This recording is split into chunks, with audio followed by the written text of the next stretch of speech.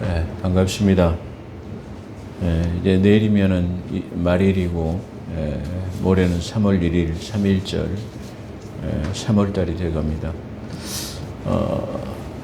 나무들을 보면은 좀 나무 색깔이 좀 겨울에는 다 꽉 말랐다가 이제 약간 붉은 빛이 돌면서 초록빛이 나오기 시작하고, 또 들 쪽에는 그 매실밭의 매실들이 홍매와 같은 데는 이미 꽃이 피는 그런 봄이 다가왔습니다.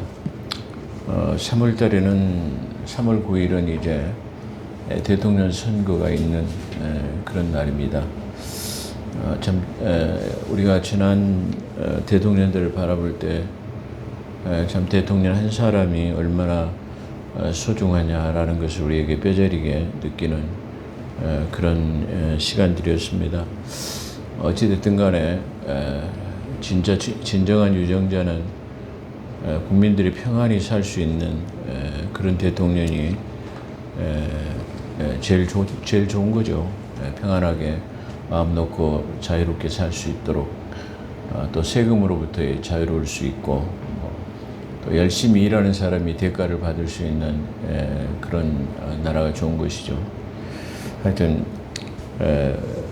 이 대통령 선거가 잘 치러지고 좋은 대통령이 선출되어져서 나라 경제 발전이라든가 자유민주주의가 실현되는 그런 선거가 되어졌으면 좋겠습니다.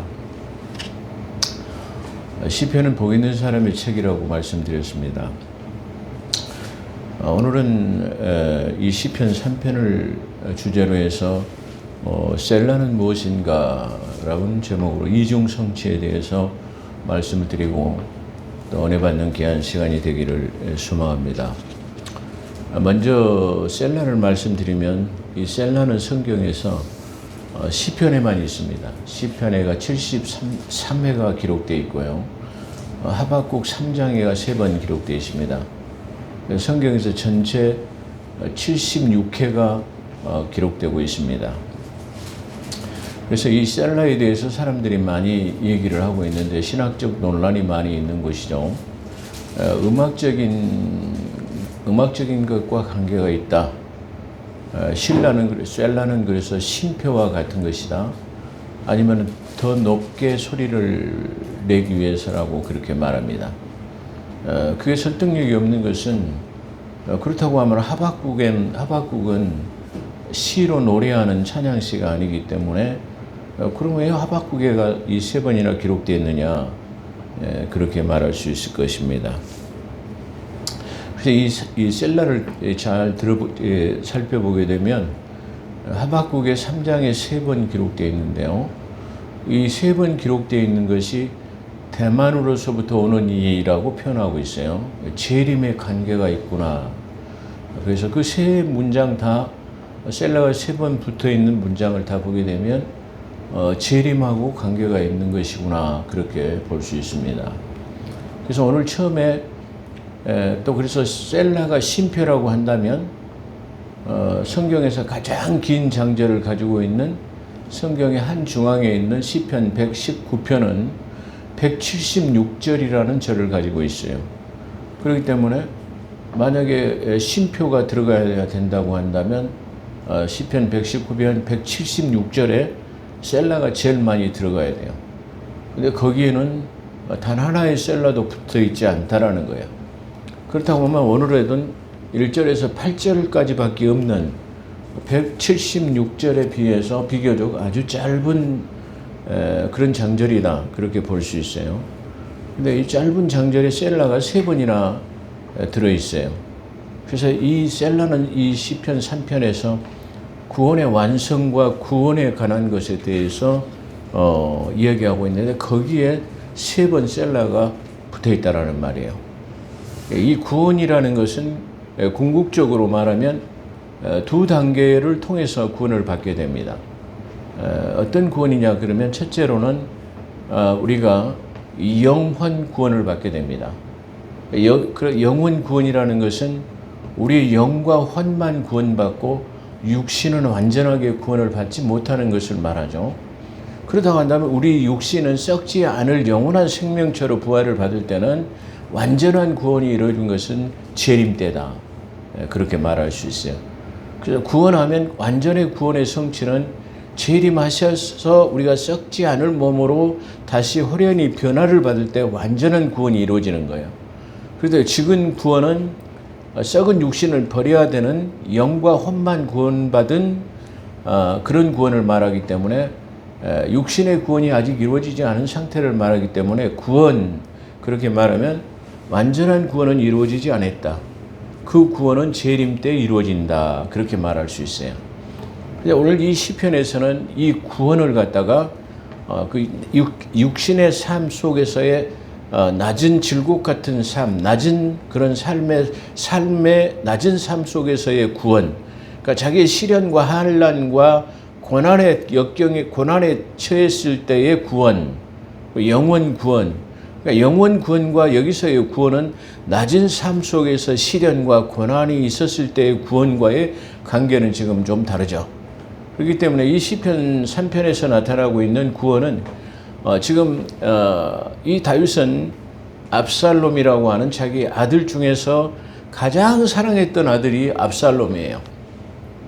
이 압살롬은 아주 잘생기기가 얼마나 잘생겼는데 머리에서부터 정수리에서부터 발끝까지 흠이 없을 정도로 아주 머리도 아주 예쁘게 생긴 그야말로 테리우스 같은 아주 공자 중에서 왕자 중에서의 왕자라고 말할 수 있는 아주 머리를 곱게 길러가지고 아주 잘 따은 그런 모습, 그리고 정수리에서부터 발목까지 발끝까지 흠이 없는 가장 사랑하는 아들 중에서의 한 사람이었습니다. 근데 이 압살롬이 쿠데타를 일으켜가지고 지금 다윗은 도망가는 상황이에요. 근데 이 도망가는 상황을 사무엘하 15장에 보게 되면 얼마나 그 상황이 긴박했는지 신발도 신지 못하고 맨발로 도망을 가면서 머리를 풀어 헤치고 감람산으로 올라갈 때 다시 말하면 그가 울면서 갔다라고 사무엘하 15장에 표현하고 있어요. 그렇기 때문에 지금 이 상황은 지금 이 쿠데타로 인해서 자기가 지금 도망을 가지는 이 낮은 삶 속에서의 현실의 구원을 말하는, 다시 말하면 영원 구원을, 생명의 구원을 말하는 것이 아니라 낮은 삶 속에서의 구원을 말해요.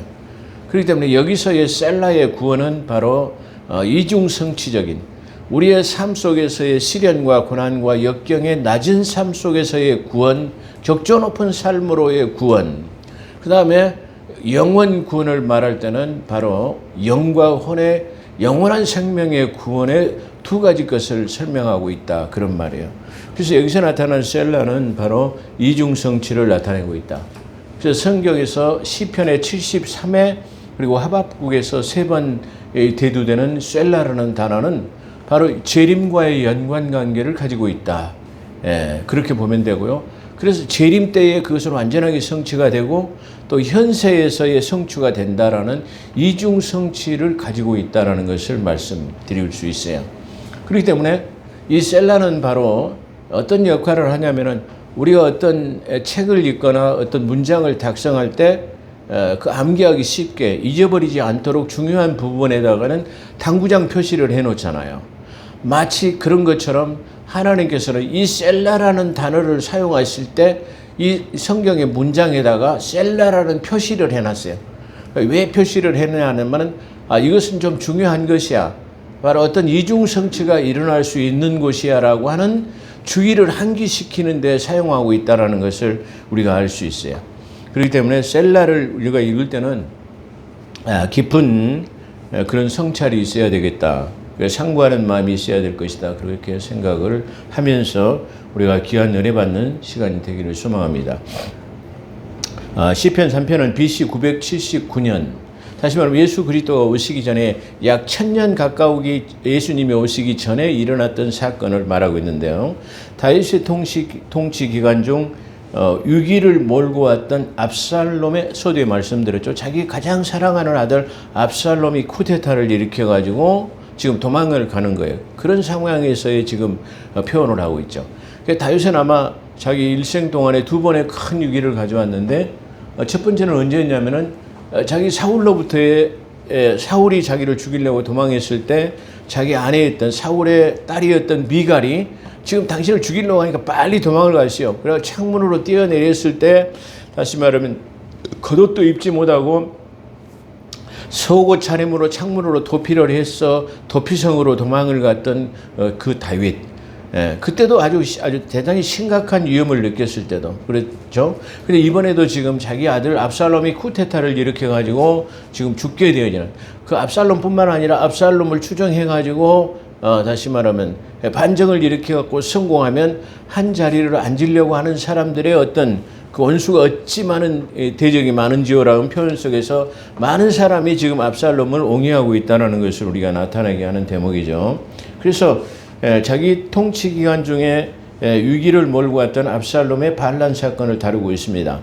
이 사건은 사무엘하 15장 1절로 18절에서 잘 나타나 있고요. 그 쿠데타를 역사적으로 하는 시로서 가장 아끼고 사랑하던 압살롬과 그를 추종하는 일당들의 천일공노한 반역을 피해서 도피하던 노년의 다윗의 참담한 심정을 잘 나타내는 비탄시로 나타나 있습니다.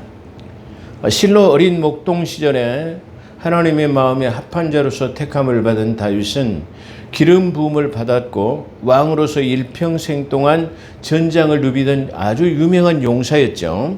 우리 성경에서 나타나는 것처럼 사울은 천천히요 다윗은 만만이라 아주 전쟁터를 아주 누리는 아주 훌륭한 용사였다고 그렇게 말하죠. 그런데 이제 이 노인이 다 된 다윗은 도망자로서 그것도 자신의 아들인 아들과 또 아들의 부하로부터의 쫓김을 당하는 치욕을 당하는 그런 신사로 전락해버리는 그런 상태에서 나온 시다 그렇게 말씀드릴 수 있어요.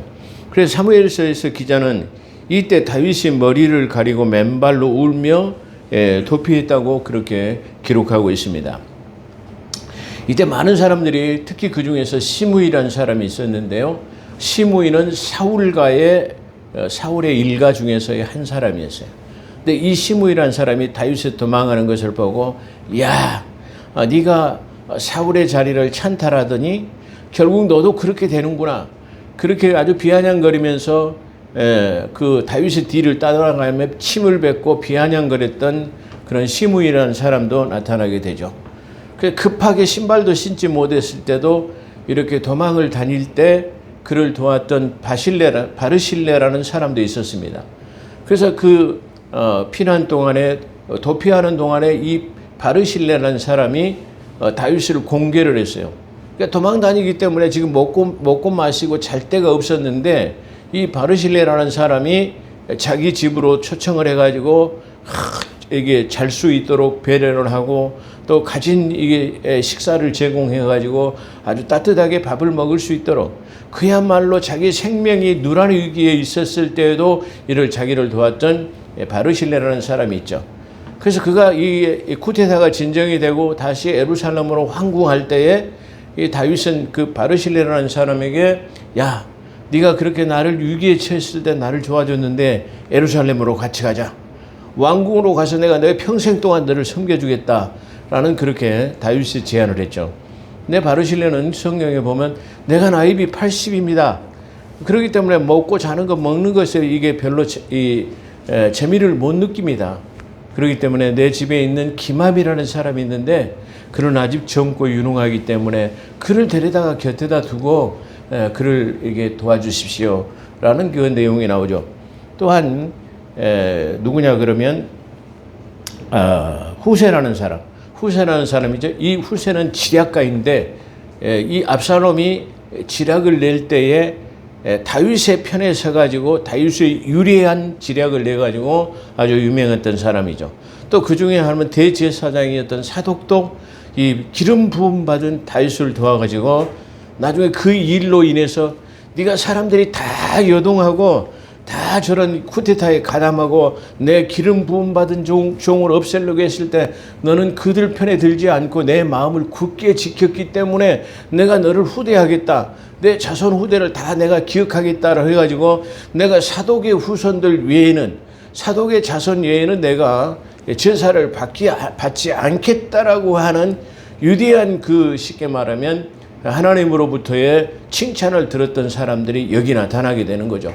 그 쿠데타로 인해서 어떻게 보면 이 다윗은 이와 같이 절대 요동하지 않는 대제사장의 사독이라는 사람을 얻었을 뿐만 아니라 아주 지략이 뛰어난 이 후세라는 사람도 얻었을 뿐만 아니라 또 그 반대로 자기가 어려움에 처했을 때에 자기를 비아냥거리고 뒤쫓아오면서 침을 받고 이렇게 비아냥거리는 그런 사람들도 맛보는 그런 일들이 있었습니다.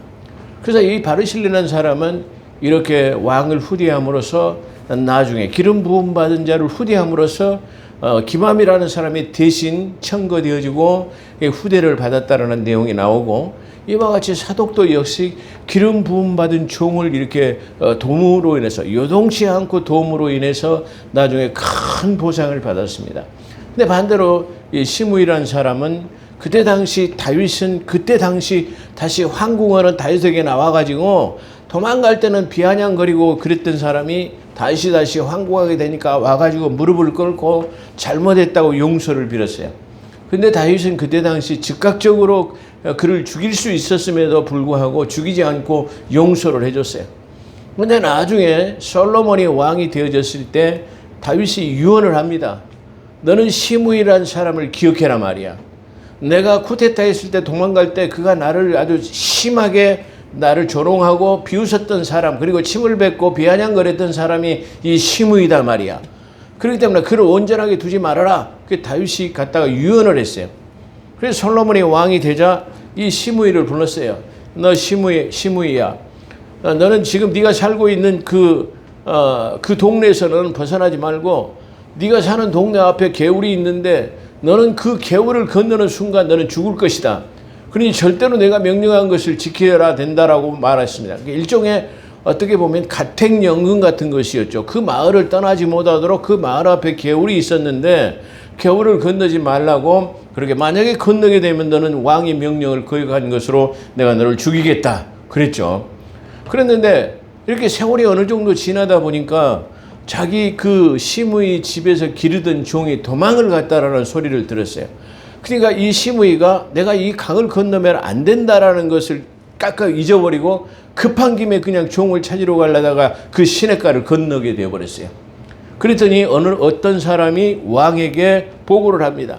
당신께서 왕이 칙령으로 내려가지고 명령한 대로 강을 건너면 안 된다라고 했는데 저 시므이라는 사람이 도망간 종을 잡으려 하려고 그걸 강을 건너버렸습니다. 그랬어요. 그래서 즉시로 이 시므이를 잡아다가 네가 내 명령을 어겼다라고 참수를 당하는 그런 내용도 나타나고 있는 것을 우리가 볼 수 있습니다. 그래서 우리가 이 다윗의 이 쿠데타를 통해서도 우리가 많은 교훈을 얻을 수 있는 그런 대목이죠. 어떠냐면 한결같은 신앙과 믿음, 어떤 신뢰성을 가지고 우리가 꾸준하게 옳다라고 판단하는 것에 우리가 모든 것을 올인할 수 있는, 사람이 살다 보면은 야합하게 되고 타협하게 되고 자기 눈앞에 보이는 작은 이익 때문에 자기의 그 옳은 길을 저버리는 사람들에 대한 경고가 그 사무엘하 15장에도 많이 들어있다는 것을 우리가 알 수 있습니다. 사무엘하 15장 30절에 보면 본시가 이런 참담한 상황을 배경으로 기록되었지만 여기는 절망과 비통함의 내용만이 아니오 오히려 그러한 절망과 비통함 속에서 오히려 성도를 지키시고 보호하시는 여호와에 대한 신뢰와 구원의 확신이 힘있게 강조되는 시이다. 그러니까 다시 말해서 이 지금 비탄과 시련과 고난으로서 끝나버린다면은 이 시편 3편에 의의가 없는 것이죠. 그렇게 누란의 위기에 있었음에도 불구하고 하나님의 도심을 통해 가지고, 그렇죠. 하나님께서는 우리가 밤에 너희가 하룻밤 사이에 무슨 일이 일어날지 너희가 알지 못함이라 그랬어요. 그럼에도 불구하고 이 시의 내용을 잘 보게 되면 내가 그런 가운데서도 내가 평안하게 바르실레라는 사람을 통해서 잠을 잘 잘 수 있도록 그렇게 하시고 먹을 것을 공급하시고 내가 그런 가운데서도 평안히 자고 일어났더니 어느 날 이 난이 평정되었습니다라는 그런 뜻이에요. 그런 내용이 이 속에 들었단 말이에요. 그러니까 내가 어떻게 무엇을 어떻게 하고 자기는 지금 이 소수의 몇 명만 궁에 있는 자기 호유무사만 데리고 궁녀 몇 사람만 데리고 신발도 못 신고 도망간 그런 상황 속에서 있었기 때문에 도저히 이 쿠데타를 제압하거나 이길 수 있는 그런 상황이 아니에요. 이미 다 끝나버렸다라고 시므이라는 사람이 나와가지고 조롱을 하는 그런 정도였다고 한다면 희망이 없는 거예요. 그럼에도 불구하고 그런 그 절망 가운데서도 그는 하나님 앞에 온전히 이게 맡겼단 말이에요. 하나님의 전능하신 분이기 때문에, 하나님의 능치 못함이 없으시는 분이시기 때문에 원수 마귀 대적들을 다 무찌를 수 있는 분이십니다. 그렇기 때문에 내가 지금 이 상황에서 어떻게 할 수가 없습니다. 이 문제를 해결할 수 있는 분은 전능하신 하나님 뿐입니다라고 고백하는 거예요. 그래서 그 원수들을 다 갖다가 제압해 버리는데, 바로 내가 자고 하룻밤을 편안하게 자고 일어났더니 이게 평정되었더라는 그런 내용의 시예요. 그래서 평생을 여호와의 제일주로 살아온 다윗의 인간적으로 볼 때 도저히 소망이 없는 것 같은 위기 상황 속에서도 자신을 짙게 보호하시는 하나님이 계심과 그 하나님을 의뢰하는 신앙에 있어 조금도 흔들림이 없었다는 거예요. 우리는 평소에 아무 일이 없었을 때는 신앙이 든든한 것 같아요. 아주 신앙의 믿음이 좋은 것 같아요. 근데 작은 것 하나 그냥 나오면은 그 신앙이 흔들려 버려요. 감기 몸살, 기타 나한테 뭐 직장의 문제, 물질의 문제, 뭐 조금만 있으면 자기 신앙이 흔들려 버려요.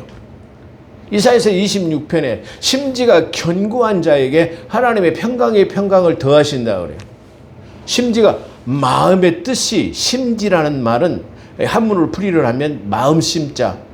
너희 그 마음의 심지가 흔들리지 않고 견고하면 너희가 하나님의 평강이 반드시 너희에게 임할 것이다. 그래서 너희가 두 마음을 품으면은, 그리고 야고보서에서도 그렇게, 너희가 두 마음을 품으면 하나님께 복을 받을 줄 생각하지 말라.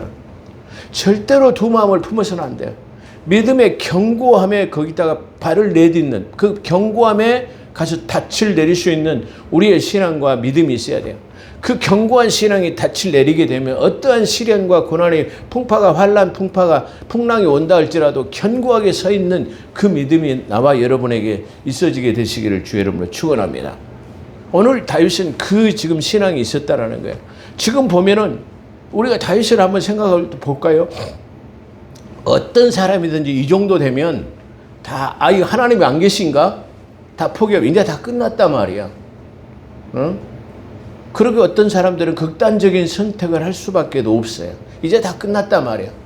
다 끝났다고 생각하는 사람들은 뭐예요? 극단적인 생각을 취하는 사람들은 이제 아무에게도 도움을 구할 수 없다라고 생각하는 인간의 방법으로서의 선택하는 최후의 길이에요. 그러나 우리는 그 최후의 길에 반드시 하나님이 살아계시다는 것을 여러분들이 느끼게 되시기를, 그리고 체험하게 되시기를 주의 이름으로 축원합니다. 욥도 그러잖아요. 욥이 10사람이나 되고 동방의 우수 땅에서 그가 아주 부자로 사는, 자녀들이 10명이라 있고 그 토지와 전토와 집들이 얼마나 많은 아주 대부의 사람이었어요. 하루아침에 10명의 자녀를 다 잃었습니다. 하루아침에 자기의 모든 전토를 다 잃었습니다. 하루아침에 자기 건강했던 몸이 갖다 문둥병처럼 이게 온몸에 종기가 나가지고 너무나 가렵기 때문에 사금팔이라고 하는 이 그릇을 깨트려가지고 긁을 정도로, 손으로 긁어가지고는 가당치가 않으니까 그럴 정도로의 심한 종기가 났다고 성경에서는 증거하고 있어요. 그러니까 자기 부인이 말할 때 당신이 믿는 하나님이 살아계시긴 합니까? 당신이 믿는 하나님이 살아계신다고 한다면 어떻게 이렇게 가혹한 일이 하루아침에 일어날 수 있습니까? 10명의 자녀가 하루에 다 죽어버리고 당신의 재산의 모든 것이 다 이게 풍파 때문에 다 없어져 버리고 집이 무너져 버리고, 그리고 당신은 악창까지 나가지고 지금 죽게 생겼으니 당신이 믿는 그 하나님을 저주하고 하나님을 떠나라 그렇게 말하잖아요. 그럼에도 불구하고 누구예요? 욥이라는 사람은 하나님을 믿는 그 신뢰 속에서 절대 믿지 않아요. 그 3명의 친구가 찾아가지고 네가 믿는 하나님이 진짜로 계신단 말이냐? 네가 그렇게 열성으로 하나님을 믿더니 그 살아계시는 하나님이 열성으로 믿는 너에게 지금 왜 이렇게 가혹한 일을 할 수 있다라는 말이냐라는 그 내용이 그 욥기서에 계속적으로 나오는 얘기가 바로 그런 얘기예요. 그래도 욥은 흔들리지 않았습니다. 그러므로 말미암아 결국은 그에게 그 흔들림이 없는 믿음이 나중에는 다시 모든 것을 환원하고 전에 있었던 갑절의 축복을 받았다고 욥기서 42장은 증거하고 있습니다. 그런 것처럼 우리는 지금 어떻게 보면 다윗의 입장에서 보면 욥이나 다윗이나 똑같은 입장이에요. 어떻게 보면 자기 마누라가 옆에 있었다고 한다면 당신의 믿는 하나님을 저주하고 이제 끝났습니다 말이야. 예? 그냥 적의 손에 죽는 것보다 그냥 우리 스스로 죽읍시다 말이야. 누굽니까? 사울이 길보아 산에서, 예? 그 죽을 때도 마찬가지로 지금 자기 심한 상처를 입었어요. 그래갖고 자기가 그래, 저 할례 받지 못한 사람에게 죽는 것보다 차라리 내가 너희 손에 죽는 게 낫다라고 자기를 호위하던 호위 무사에게 칼을 주면서 나를 죽이라고 말이에요. 내가 할례 받지 못한 저 이방인에 죽는 것보다 차라리 내가 내 민족의 손에 죽는 게 낫겠다라고 자기 칼을 주면서 자기 호위 무사에게 자기를 베라고 그러잖아요. 그러니까 감히 그 무사가 베지 못했어요. 그러니까 누구요? 사울이 자기 칼을 거꾸로 세워놓고 거기에 할복했다라고 성경은 증거합니다. 그런 것처럼 우리는 어떻게 보면 지금 이런 상황에 누가 놓여 있다고 하면, 욥과 같은 상황에 놓여 있다고 한다면, 다윗과 같은 상황에 놓여 있다고 한다면, 우리가 살아가는 속에서 우리에게 잠깐 닥치는 그런 일들은 아무것도 아니에요. 아무것도 아닌 일에 우리는 마음을 쓰고 이게 고민하고 고통스러워하고 번뇌하고 마음이 흔들려 버립니다. 절대로 나와 여러분은 어떠한 일이 있다 할지라도 마음이 흔들리는 그런, 흔들리지 않는 그런 복된 삶이 되기를 주의 이름으로 축원합니다. 그래서 하나님이 계심과, 그러죠, 어떠한 도저히 소망이 없는 위기 상황 속에서도 자기를 지켜 보호하시는 하나님이 계심과 그 하나님을 의뢰하는 신앙에 있어서 조금 더 흔들림이 없었다는 것입니다. 그러죠. 아까 말한 것처럼 한편 시편 73에서 시편에서 73에 하박국에서 3번 셀라는 나오죠. 그것에 대해서 설명을 드렸습니다. 이 셀라에 대해서는 많은 신학적 논란이 있는 게 사실입니다. 대부분의 통속적인 개념은 소리를 높이다 또는 음악의 쉼표이다라는 것입니다. 그러나 만약에 셀라가 아까 말씀드린 쉼에 해당하는 단어이다면은 시편 중에서 가장 긴 장절인 시편 119편 176절에 셀라는 단 한 번도 들어있지 않기 때문에 어떤 신학자들이나 어떤 사람들이 말하는 것이 설득력이 없다, 그렇게 말할 수 있을 것입니다. 하박국을 보건대 3장에서 3번 나타나는데 3번 전부 재림과 연관성을 가지고 있습니다. 따라서 시편 3편에서도 구원에 관해 서두에 말씀드렸죠. 구원에 관해서 성산에서 응답한다라는 거예요. 그러니까 다시 말하면 지금은 응답은 우리의 마음과 생각으로 응답이지만 바로 그 성산에서, 다시 말해 저 예루살렘 도성에서 하나님이 직접 계실 때는 우리가 하나님 앞에 가서 기도하면 즉시 응답으로 우리가 직접적인 음성을 들을 수 있다라는 측면에서 직접 우리가 하나님을 보고 응답을 성산에서 들을 수 있다는 재림하실 때 그걸 나타내요. 아주 자명하게 나타나 있는 것이죠. 그래서 성산에서 구원을 받은 자의 구원에 대해 기록하고 있습니다. 아울러 나머지 70회는 모든 내용을 살펴볼 때 재림과 이중성취, 그러니까 재림 때 그리고 또 현세에서의 그런 낮은 질곡 같은 삶 속에서의 격조 높은 삶으로의 구원, 그러죠. 그러니까 우리가 예를 들어서 살다가 수영을 하다가 저수지에 빠졌어요. 바다에 빠졌어요. 이때의 구원은 육신적인 구원이에요. 그렇죠. 근데 영원 구원이라는 것은 영원한 생명을 얻는 구원이에요. 그래서 구원이라는 것은 두 가지 측면을 나타내고 있다, 그렇게 말할 수 있을 것입니다. 그래서 이 재림과 이중성취를 나타내는 것으로 볼 수 있습니다.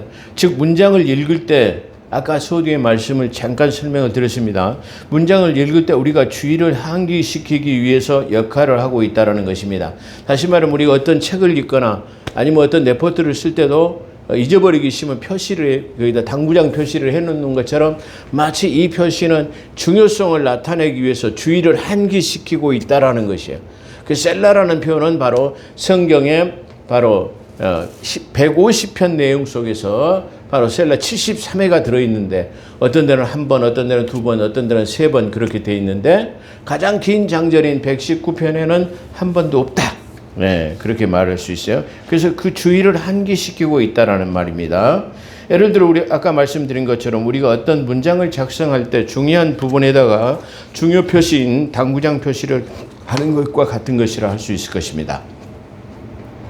또한 시편 3편은 8절로 구성되어 있지만 다음과 같은 세 부분으로 나눌 수 있습니다. 전반부 1, 2절은 수많은 대적들에 둘러싸여 있어 자신의 힘으로 도저히 감당할 수 없는 위기의 상황에 처한 다윗이 하나님께 자신의 절박한 심정을 토로합니다. 1, 2절. 내가 지금 이렇게 절박한 온수마귀 대적들이 어찌 그리 많습니까? 나를 삥 둘러서 있습니다. 그렇기 때문에 자기의 절박한 상황을 지금 설명하고, 두 번째는 3절과 6절의 내용인데요. 다윗은 절대절명의 위기 속에서도 하나님의 절대적인 보호와 구원의 능력을 확신하였던 그의 신앙을 우리가 잘 볼 수 있습니다. 세 번째는 하나님의 보호와 구원의 능력을 확신하는 다윗이 아무런 주저함이 없이 하나님께 구원을 호소하는 내용이다. 그러니까 다시 말해 이런 상황 속에서도 도저히 희망이 없는 그런 상황에서도 우리는 이제 다 끝났단 말이야. 아무리 전능하신 하나님이라도 이런 상황을 어떻게 반전시킬 수 있을 것인가? 어떻게 우리를 도울 수 있을 것인가라는 그런 인간의 생각이 틈타지 못하도록 이런 상황에도 그래. 다 뭐 하나님 외에는 할 수 없어.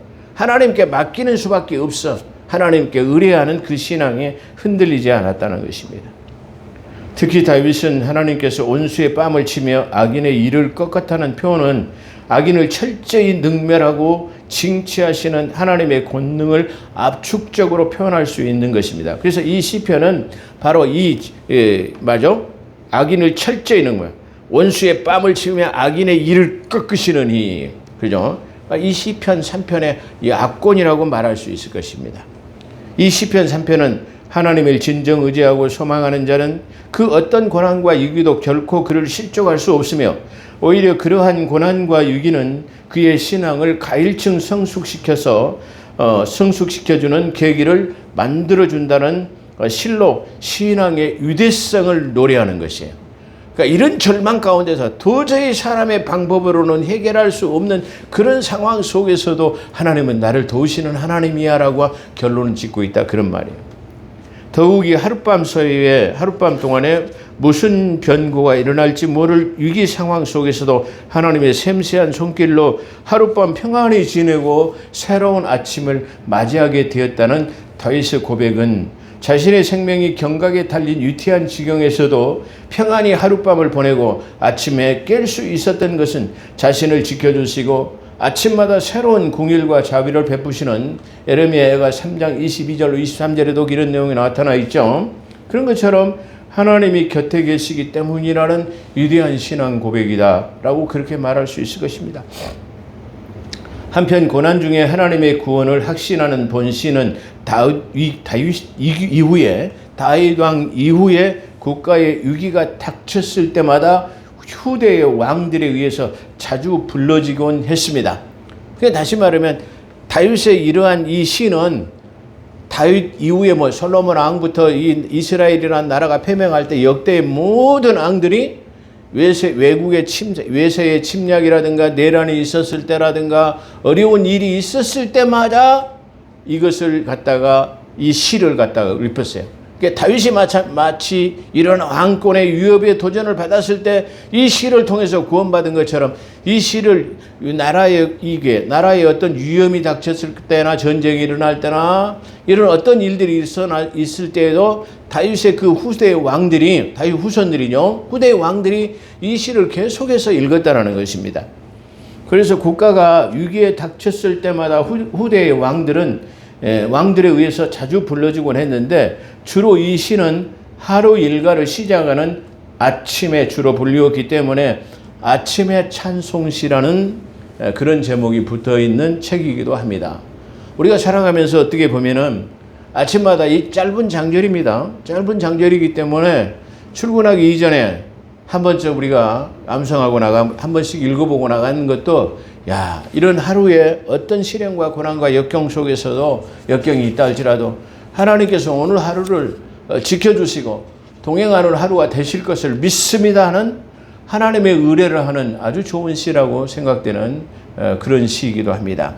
그런 것처럼 우리가 결론으로 말한다면 이렇게 누란의 위기에 처해 있는 자기 생명을 위협받고 신발도 신지 못하고 도망가는 그런 상황 속에서도 하나님의 도우심을 기대하고 그의 모든 상황을 다 하나님 앞에 의뢰할 수 있는 다윗의 위대한 신앙처럼 우리가 살아나가면서 어떠한 어려움이 닥친다 할지라도 다 온전하게 하나님 앞에 한번 내려놓는 그러한 복된 삶이 되시기를 주의 이름으로 축원합니다.